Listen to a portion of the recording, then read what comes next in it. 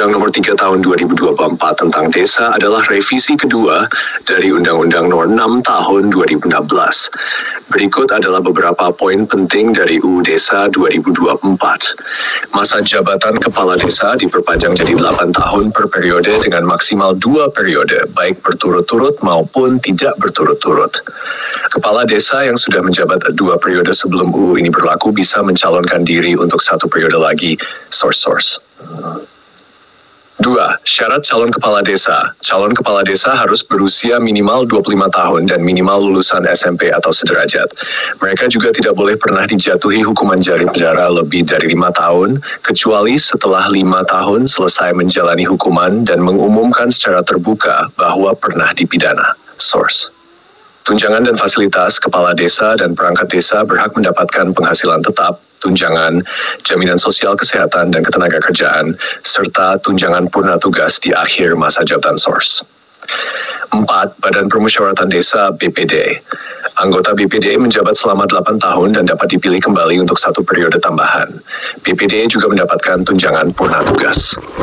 5. Alokasi dana desa. Diatur paling sedikit 10% dari dana alokasi umum dan dana bagi hasil yang diterima kabupaten kota dalam APBD. Source. 6.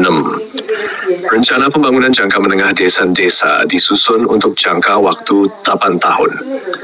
UU Desa 2024 ini menekankan penguatan dan pemberdayaan desa dengan memberikan dukungan finansial dan struktural yang lebih baik kepada kepala desa dan perangkatnya. Tahun 2016. Berikut adalah beberapa poin penting dari UU Desa 2024. Masa jabatan Kepala Desa diperpanjang jadi 8 tahun per periode dengan maksimal 2 periode, baik berturut-turut maupun tidak berturut-turut. Kepala Desa yang sudah menjabat 2 periode sebelum UU ini berlaku bisa mencalonkan diri untuk 1 periode lagi. Fasilitas Kepala Desa dan Perangkat Desa. Kepala Desa mendapatkan tunjangan berupa tunjangan istri, suami, anak, kinerja, hasil pemanfaatan tanah desa. Perangkat Desa juga mendapatkan tunjangan purna tugas 1 kali di akhir masa jabatan sesuai dengan kemampuan keuangan desa yang diatur dalam peraturan pemerintah.